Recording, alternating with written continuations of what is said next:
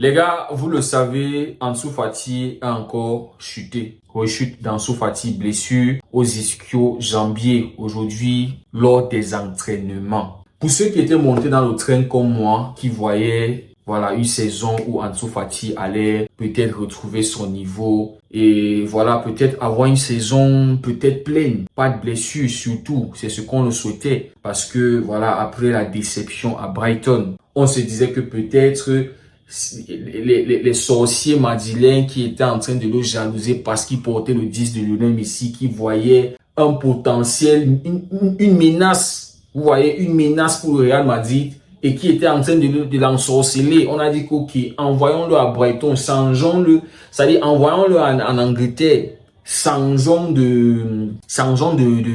d'environnement. Peut-être la Liga et les démons madrilènes qui sont partout là sont en train d'ensorceler, sont en train de démontiser notre petit Ansu Fati. Mais bon, il va à Brighton et même là-bas, les mauvais madrilènes, esprits, démons, ils ont continué à l'ensorceler là-bas. C'est-à-dire Ansu Fati n'a pas pu faire une saison pleine. Il a raté, je sais, tu penses, c'est 3 mois de novembre à février. Il n'a pas joué, il n'a pas pu jouer. Et voilà, ça s'est mal passé, ça s'est pas passé comme on s'attendait, mais de retour, on s'est dit, ok, il est de retour à la maison, il y a un nouveau boss, il y a des nouveaux trucs. On est monté dans le train, Ansu Fati, Hansi Flick qui nous hype.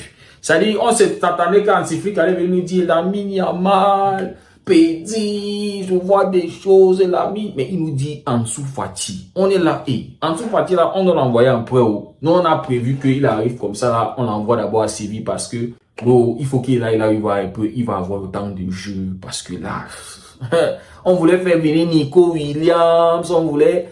Hansi Flick dit que calmez-vous, je veux jouer avec Ansu Fati, je vois du potentiel. On s'est dit que, ok, nous on ne voit pas les entraînements. Vous ne faites que nous dire qu'aux entraînements, il est performant, il marque des buts, il fait des choses, il fait des miracles. Mais Ansu Fati se blesse encore lors des entraînements. C'est-à-dire, il n'a même pas pu faire la pré-saison. On était hypé pour le voir pré-saison. Ansu Fati se blesse. Waouh, Seigneur, c'est quoi ça? Ansu Fati qui manque 2 mois. 2 mois, il n'a pas joué. Maintenant, Ansu Fati revient. On se dit que, ok, Hansi Flick ne fait que nous dire que Ansu Fati, c'est son bon 10. Ansu Fati qui revient de blessure. Et on attend que Ansu Fati puisse avoir plus de temps de jeu. Certains matchs, nous qui faisons les débriefs, c'est-à-dire les avant-matchs, on dit non, Ansu Fati titulaire, c'est un bon match où il doit se montrer. Mais non, Ansu Fati n'est pas titulaire. Face à Monaco, il n'a même pas joué et tout. On s'est dit que, mais quel est le message? Qu'est-ce que, finalement, Hansi Flick, là, il se fout de la gueule de qui, non? Chaque fois, il nous dit que le petit, là, l'impressionne, mais pourquoi est-ce qu'il ne joue pas? Mais les amis, deuxième blessure depuis son retour. Depuis qu'il est revenu à la maison, c'est la deuxième blessure. C'est-à-dire, là, on comprend que Hansi Flick, quelque part, avait des doutes sur son physique, son état de forme.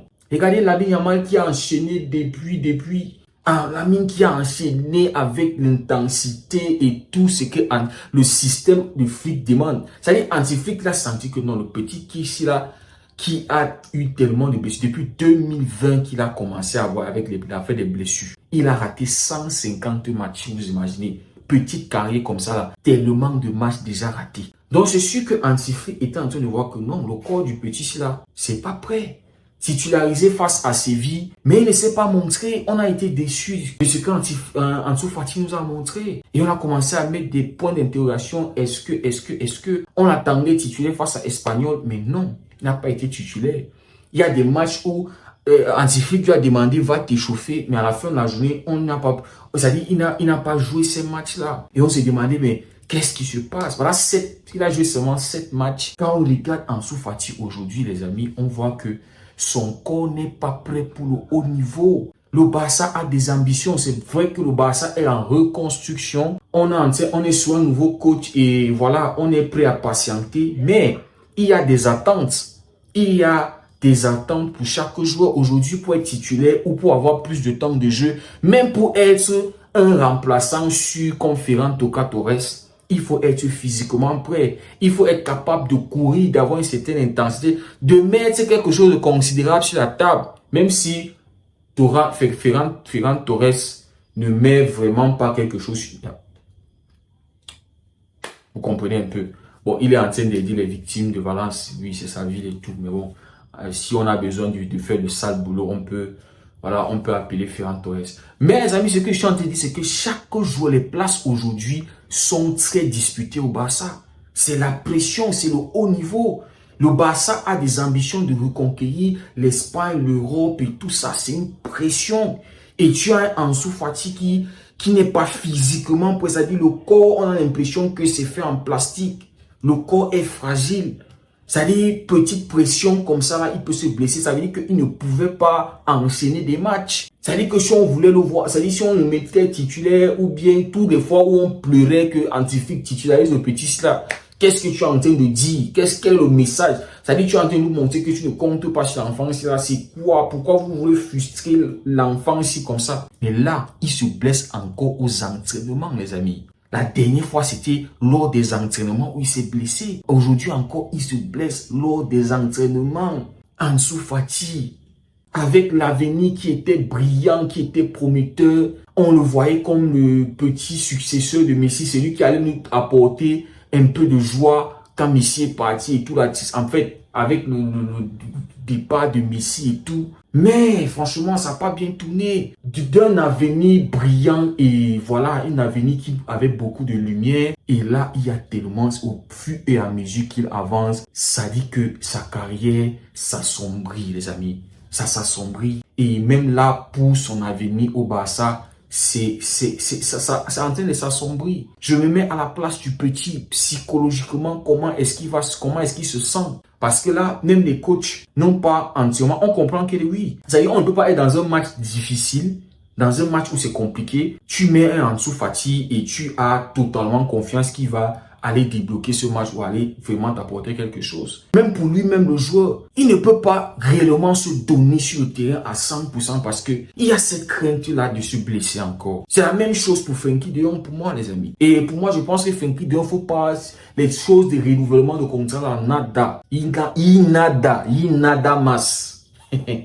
Nada. Franchement, moi, je ne suis pas par rapport. Frenkie de Jong est en train de nous montrer les signes du finito, comme Ansu Fati. Ces deux-là, je ne sais pas si c'est le message de finito qu'ils sont en train de nous envoyer. Pour moi, Frenkie de Jong, soit on le vend, parce qu'il a 1 an de contrat, Ansu Fati, c'est 2 ans de contrat. Soit on vend Frenkie de Jong, soit on le laisse partir, franchement. Moi, je ne vois pas une renouvelation pour le type là. Avec les chevilles, les scies, les genoux, franchement, on le renouvelle pour aller où? Si on peut le vendre en Arabie Saoudite, on le vend. On récupère l'argent là. On achète un autre. Si on a besoin d'un autre milieu de terrain, on achète. Donc, les amis, pour Ansu Fati là, ça se voit que son corps n'est pas travaillé. C'est-à-dire son corps n'est pas prêt pour endosser toutes les pressions, toutes les charges des clubs comme le Barça, Real Madrid, City, Liverpool. Les clubs qui ont des grandes ambitions, les ambitions de conquête, c'est-à-dire d'être premier, c'est-à-dire meilleur club au monde. Son corps n'est pas physiquement prêt pour ça. C'est pour ça qu'il y a toutes ces blessures à répétition. Et pour moi, les amis, la solution que je propose toujours, Ansu Fati, il doit pour moi peut-être prendre une année sabbatique, une année où il part de, c'est-à-dire on l'oublie même, c'est-à-dire il part de tout ce qui est football, il vit une vie normale, il se rétablit, il se décharge de toutes ces pressions parce que je me dis aussi que Ansu Fati a souffert de la précocité. On se disait, on croyait qu'il était prêt pour tout. C'est ce qu'on lui a donné le 10. Franchement, le 10 de Lionel Messi.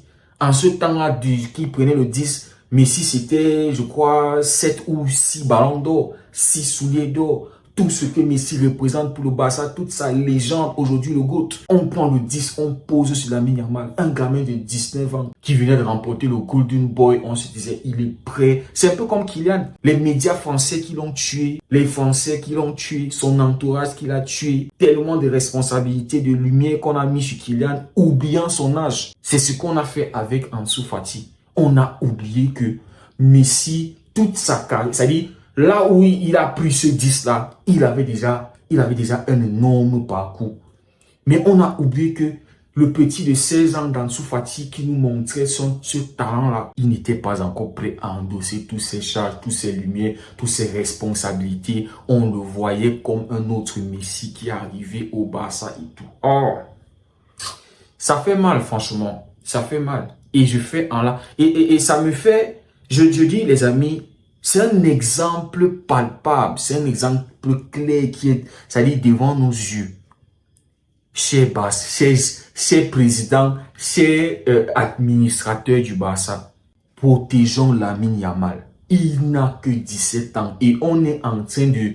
C'est-à-dire, j'ai l'impression que on est en train de commettre déjà la même erreur avec Lamine Yamal. Puisqu'il a remporté l'Euro, puisqu'il vient de prendre, il vient de remporter le Golden Boy, on est en train de vouloir pousser pour qu'il soit le premier jeune joueur à avoir remporté un ballon d'or titulaire indiscutable au Barça. Il enseigne des matchs et des matchs. Et les blessures, les petites blessures, les petits signes sont déjà en train d'émerger. C'est un avertissement pour les médias, pour nous les supporters, pour les administrateurs, pour ceux qui gèrent Lamine Yamal, c'est de ne pas mettre toute cette lumière-là. C'est-à-dire de ne pas le mettre toute cette pression-là. Avec les réseaux sociaux qui rendent le monde petit, il est déjà tellement une méga star. C'est-à-dire à son âge, il est déjà plus star que Lionel Messi. À son âge. Il y a tout ça. C'est-à-dire il faut considérer toutes ces pressions-là pour éviter de lui mettre les charges inutiles, les charges qui vont le tuer, soit intérieurement, soit extérieurement, c'est-à-dire le physique. Il faut un bon management de Lamine Yamal. Sinon, on risque de gâcher un énorme potentiel. On risque d'avoir un joueur qui va peut-être ne pas se blesser, c'est-à-dire peut-être ne pas avoir des problèmes physiques, mais arriver au niveau de Kylian Mbappé et commencer à nous sortir des choses comme Kylian est en train de le faire. Il ne veut pas aller en sélection, il veut aller en boîte, il veut vivre sa vie. Il a 25 ans, c'est un jeune. Et ce n'est que normal. Capitaine de l'équipe de France, capitaine ici, ceci, là-bas. Il a une image politique, il a une image de foot. C'est-à-dire, c'est pas seulement le joueur qu'on attend sur un terrain de foot. On veut aussi le voir à l'extérieur, comment il se comporte. Est-ce qu'on a oublié que c'est un gamin? Est-ce qu'on a oublié que c'est un petit de 25 ans, le Kylian? Et on est en train de vouloir faire la même chose avec Lamine Yamal. Et peut-être détruire le petit. C'est-à-dire ne pas laisser le petit grandir normalement. Déjà qu'il ne peut pas grandir comme un gamin de 17 ans. Parce qu'il a tellement de lumière. Il ne peut pas sortir. Il a tellement on le connaît. Tellement on le connaît. Il a déjà des millions et des millions de followers et des. Mais maintenant, si on commence encore à mettre... C'est-à-dire le Barça a perdu 2 matchs où il n'était pas titulaire. 2 matchs. C'est une pression, les amis. C'est une pression pour Lamine Yamal. Et j'espère que nos joueurs, ils vont... C'est-à-dire, j'espère que Antifuc, lors de cette période de trêve internationale, il va prendre le temps de bien travailler les choses pour que Lamine Yamal puisse être reposé sans que ça nous dérange, c'est-à-dire que sans que ça nous rende inutile. On a ressenti qu'il n'y avait pas de déstabilisateur face à la Real Sociedad. Il n'y avait pas ce joueur-là qui préoccupait la défense réellement. C'est-à-dire quand il a le ballon au pied, on sait que soit il va déséquilibrer, soit il va éliminer 2 joueurs pour faire une passe décisive, soit lui-même il peut marquer. Ce sont des joueurs comme ça qui préoccupent la défense. C'est-à-dire à chaque fois qu'il a le ballon au pied, les défenseurs sont inquiets. On n'avait pas ça, on a manqué Lamine Yamal. Et c'est une pression pour le petit. Et j'espère qu'on va pouvoir trouver, Hansi-Flick, le Barça, ils vont pouvoir trouver une solution pour que le petit, quand on est en train de mener 3, 4, même s'il n'a pas marqué, petit frère va t'asseoir sur le banc. Si tu as joué 1 heure, ou bien si tu as enchaîné 2 matchs de 90 minutes, le 3e match, on sait que tu as 1 heure. Peu importe le résultat, comment le match est en train de... Tu vas t'asseoir, tu te reposes. Il faut protéger Lamine Yamal. Il ne faut pas commettre la même erreur qu'on avait commis avec le petit Fati. Franchement, ça fait mal. Et comme je disais, comme solution pour Ansu Fati, il doit descendre d'un escalier, c'est-à-dire d'un étage. Il doit laisser le haut niveau. Il faut qu'il descende c'est-à-dire à un niveau où il n'y a pas de pression de titre, de forcément remporter un titre, des titres individuels et toute cette pression qui se trouve un club qui est, voilà, qui joue juste, où il va juste prendre du plaisir à jouer son football, avoir du temps de jeu régulier et voilà, sans toute cette pression-là, genre juste pour se remettre au niveau. Et puis, s'il réussit à se rétablir physiquement, à être bien, et puis il peut repasser au haut niveau ou au très haut niveau quand son corps sera physiquement prêt. Parce que là, ça se voit que le très haut niveau, c'est pas pour Ansu Fati. Donc, Ansu Fati doit juste redescendre. Ça dit penser à sa santé physique et ne pas penser à vouloir être en compétition avec les jeunes de sa génération et avec toute l'attente qu'il y avait sur lui. Je me dis qu'il y a toute cette pression-là aussi sur lui. C'est tout ça qui peut-être le préoccupe. Qu'il oublie un peu toute cette lumière, tout ça là. Parce qu'on lui avait donné 7 ans de contrat. Ce qui montre qu'il y avait tellement d'espoir mis sur lui. Mais bon, il faut qu'il laisse tout ça. Il se concentre sur lui. C'est-à-dire, il se donne le temps de se rétablir. Trouve-toi un petit club. Peut-être un club de D2 qui veut passer en D1. Tu vois, déjà des clubs comme ça. Ça n'a pas trop de pression. Ça joue son football tranquille, ça kiffe. C'est tout. Voilà. Les amis, dites-moi ce que vous en pensez en commentaire. Merci beaucoup d'avoir suivi la vidéo. On se dit à très bientôt. Et c'était Monsieur Derigo.